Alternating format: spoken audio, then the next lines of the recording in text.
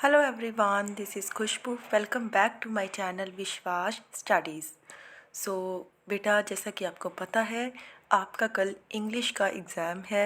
I hope मेरे सभी बच्चों की तैयारी है वो बहुत अच्छी चल रही होगी, राइट। मैंने काफ़ी वीडियोस है वो अपडेट कर दी हैं, आप उन वीडियोस को देखिए और कल के एग्ज़ाम में बहुत अच्छा परफॉर्म करके आइए। तो आज इस वीडियो में बेटा हम जो लास्ट ईयर इंग्लिश का पेपर आया था वो पूरी तरीके से सॉल्व करने जा रहे हैं, सो डैट आपको आइडिया हो सके कि कल का जो एग्ज़ाम है वो किस टाइप का आएगा, कैसे क्वेश्चंस होंगे और आपने उनको कैसे सॉल्व करना है। तो आज का सेशन हमारे लिए बहुत इम्पॉर्टेंट है, राइट। क्योंकि किसी भी एग्ज़ाम को में अच्छा परफॉर्म करने के लिए सबसे पहले उसके स्ट्रक्चर को समझना बहुत ज़्यादा ज़रूरी है। तो स्टार्ट करने से पहले अगर आप मेरे चैनल पे नए हैं, आपको ये वीडियोस हेल्पफुल लग रही हैं आपके एग्ज़ाम के लिए, तो चैनल को लाइक, कमेंट और सब्सक्राइब ज़रूर कीजिए। ज़्यादा से ज़्यादा स्टूडेंट्स के साथ शेयर कीजिए। So let's start a today's session. तो ये बेटा आपका इंग्लिश एग्ज़ाम है लास्ट ईयर का। 3 आवर्स 3 घंटे आपको दिए जाएंगे। 80 मार्क्स का बेटा आपका पेपर है। ये कुछ इंस्ट्रक्शंस आपको दी गई हैं। तो इस तरह का आपको कॉम्प्रीहेंशन वो आएगा सेक्शन ए में 10 मार्क्स का, राइट। तो मैंने सारे आंसर्स ढूंढ के बेटा अच्छे से टिक लगा दिए हैं, आपने वीडियो को पॉज करके देख लेनी है, राइट। ये फर्स्ट कॉम्प्रीहेंशन है बेटा। इसमें जो फर्स्ट क्वेश्चन है वो है inferiority complex is not deplorable, that is false. Choose the correct statement from the following. Success inflates our ego. मतलब कहते हैं कि जो जब बंदे को सक्सेस मिल जाती है तो काफ़ी ज़्यादा चांसेस होते हैं उसमें ईगो आने के, उसमें घमंड आने के। Next, which word in the passage has the same meaning as completely. तो कहते पैसेज में ऐसा कौन सा वर्ड है जो कम्प्लीटली का सिनोनियम है, तो वो है बेटा absolutely. On what occasion is it important to maintain one's balance. कहते लाइफ में ऐसे कौन से ओकेशंस हैं जब हमें अपना जो बैलेंस है अपने आप को कंट्रोल करके रखना होता है। when we are successful, when there is a bad failure। कि जब इंसान सक्सेसफुल हो जाए तब भी ज़्यादा खुशी ज़ाहिर नहीं करनी चाहिए, और जब वो हार जाए तब ज़्यादा मायूस नहीं होना चाहिए, क्योंकि जीत और हार दोनों ही ज़िंदगी के पहलू हैं, ये साथ साथ में चलते रहते हैं। तो answer is both A and B. Dash makes life meaningless. तो कौन सी चीज़ है जो हमारी लाइफ को मीनिंगलेस कर देती है। मीनिंगफुल होता है जिसका कोई अर्थ हो, मीनिंगलेस जिसका कोई अर्थ ना हो।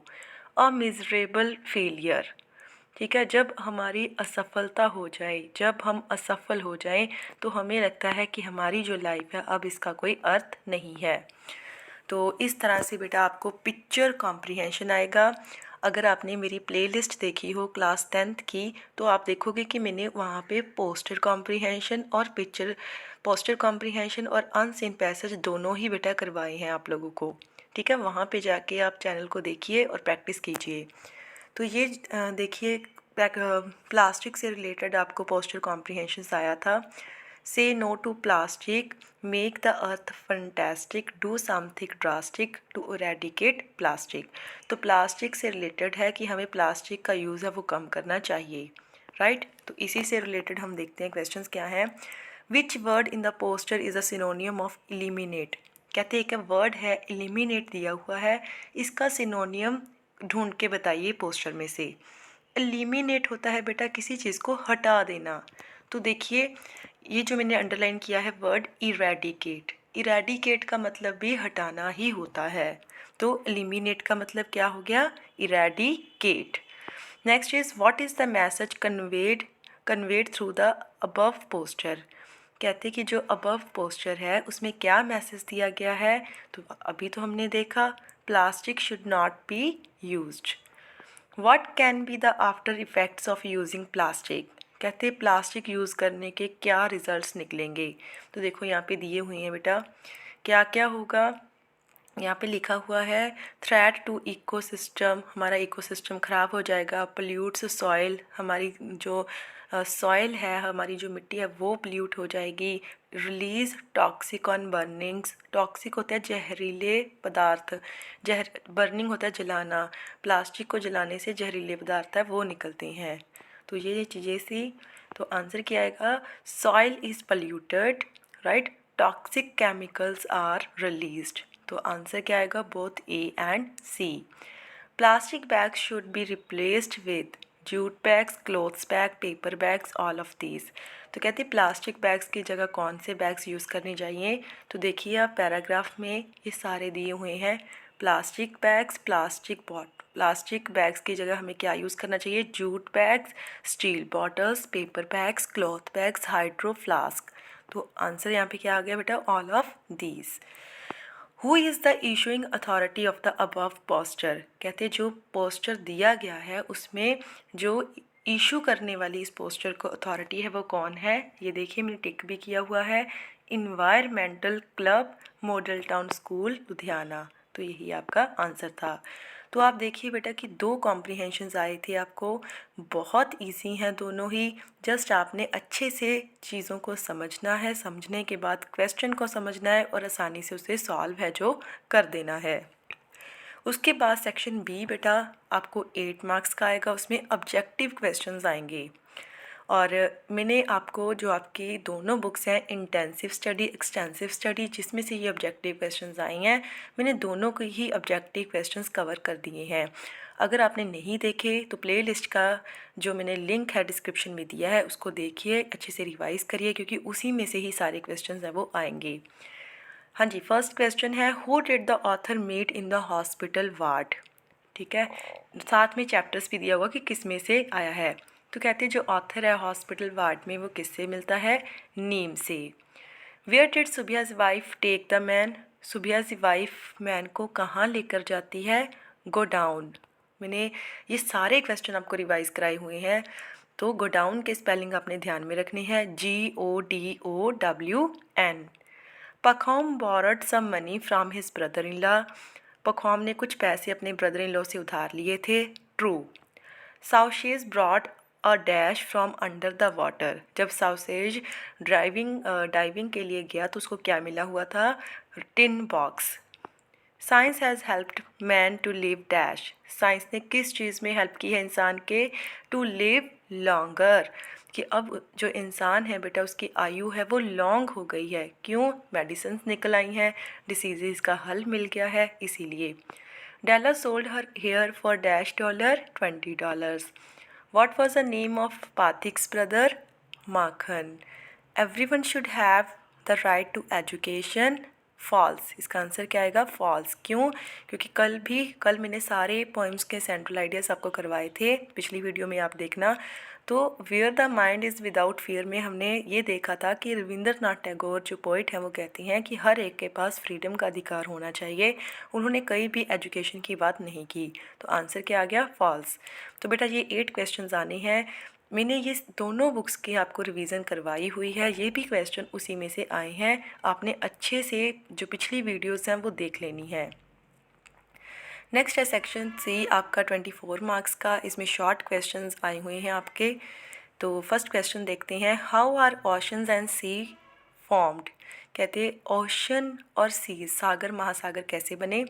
तो मैंने लिखा हुआ है बेटा, after the earth cooled down, कहते कि जो अर्थ है वो सन का ही एक पार्ट था, तो वो सन से अलग हो गई थी अर्थ। तो जब धरती ठंडी हो गई, the rain filled all the great hollows on the earth, तो अर्थ में जो बड़े बड़े खड्डे थे, होलोस मीन्स खड्डे थे, वो पानी के साथ भर गए।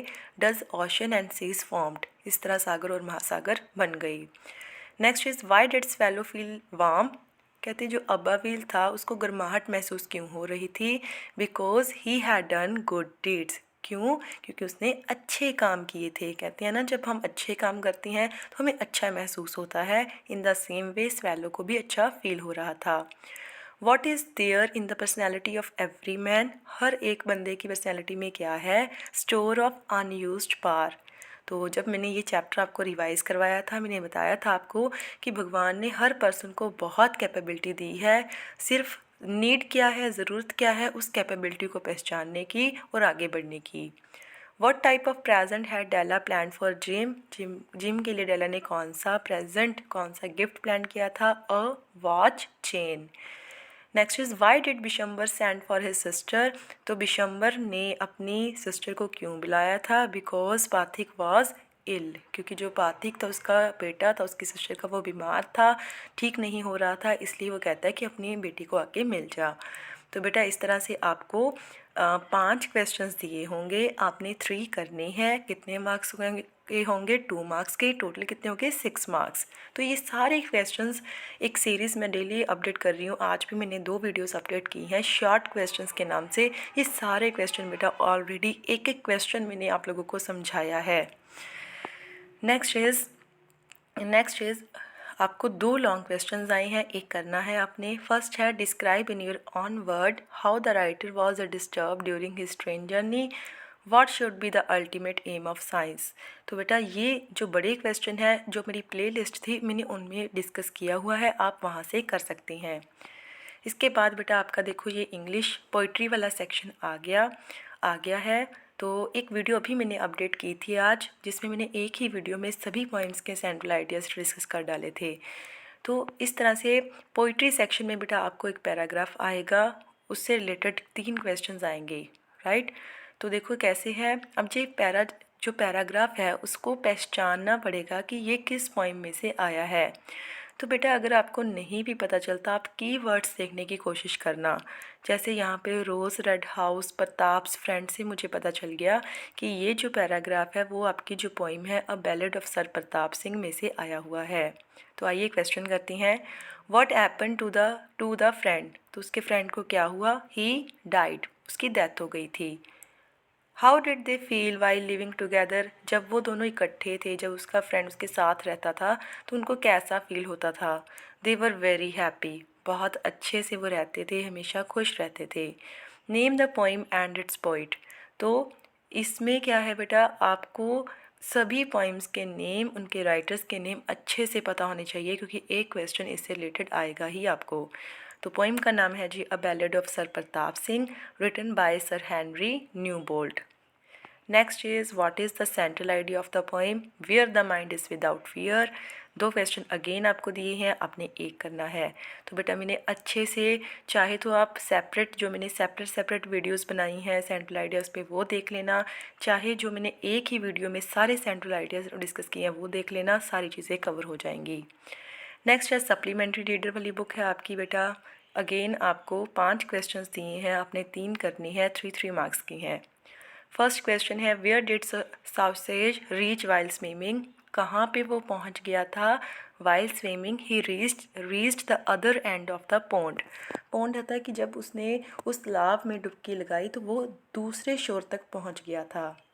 How could Neem describe seasons in detail, कहते नीम कैसे जो सीजन्स हैं हमारे, winter season, summer season, autumn season, कैसे डिस्क्राइब करता है हमको? Neem was painter and he had painted 4 season, कहते नीम एक पेंटर था तो उसने अपनी पेंटिंग में चारों के चारों सीजन्स थे वो दिखाए थे। Beside selling rice what else did Subiya do to earn money, कहते अब जो सुबिया था वो राइस मर्चेंट का तो है ही था, चावलों का व्यापारी तो है ही था, इसके अलावा वो कैसे पैसे कमाता था? He lend money on high rate of interest, lend होता है उधार देना, वो लोगों को हाई इंटरेस्ट ब्याज पर लोगों को पैसे उधार दिया करता था। Who did Gillian talk to next and why, कहते who did Gillian talk to next and why. तो ये क्वेश्चन हम बाद में करेंगे, पहले देख लेते हैं द डाइंग डिटेक्टिव वाला।